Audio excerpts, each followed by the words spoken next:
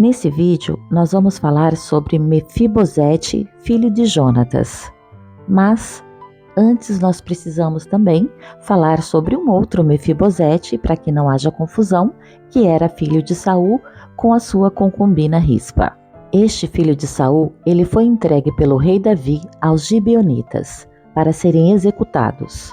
Isso está no texto bíblico de 2 Samuel 21:8, que diz: Mas o rei mandou buscar Armone e Mefibosete, 2 filhos de Rispa, filho de Aiá, que ela teve com Saul, e os 5 filhos de Merabe, filha de Saul, que ela teve com Adriel, filho de Marzilai de Meolá.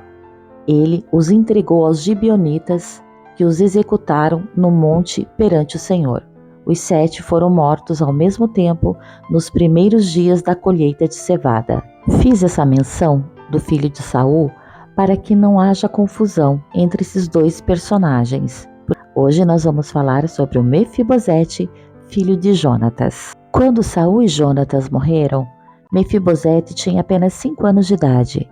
A notícia se alarmou e a cuidadora de Mefibosete se apressou em fugir para protegê-lo, mas acidentalmente ela o derrubou no chão, fazendo com que ele se tornasse aleijado de ambos os pés. Como a Bíblia disse que apenas ele é aleijado de ambos os pés, algumas séries ou alguns filmes mostram ele como sendo coxo.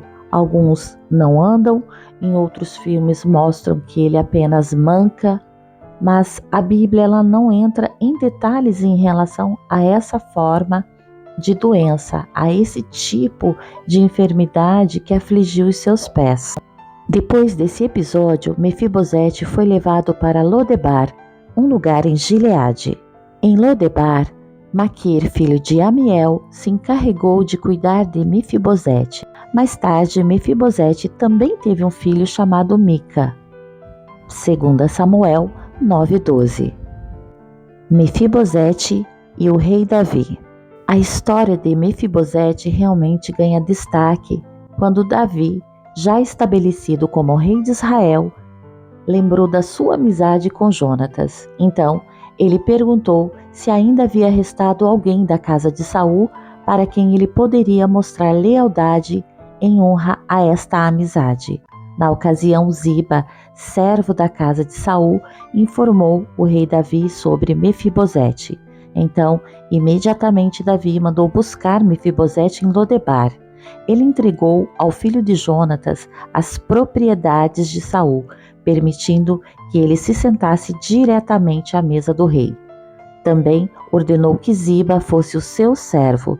Ainda no livro de Samuel, temos o relato da traição de Ziba no tempo da revolta de Absalão.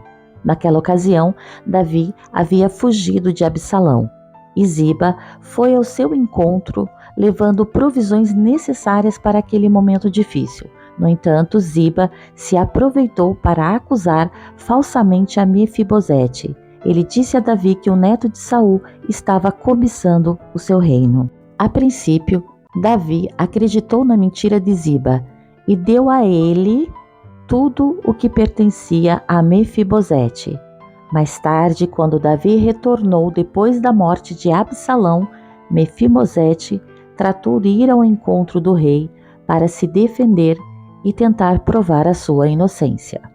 Ao chegar à presença do rei, Mefibosete foi questionado por ele acerca do que aconteceu.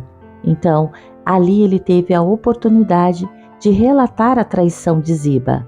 Mefibosete contou que havia pedido que Ziba selasse um jumento para que ele pudesse viajar ao encontro do rei Davi. Porém, Ziba o deixou para trás e arquitetou um plano para acusá-lo de traição. Durante o período em que Davi precisou fugir de Absalão, Mefibosete se lamentou por ele profundamente, conforme era o costume da época. Isso significa que ele ficou sem lavar os pés, não lavou as suas roupas e nem aparou a sua barba.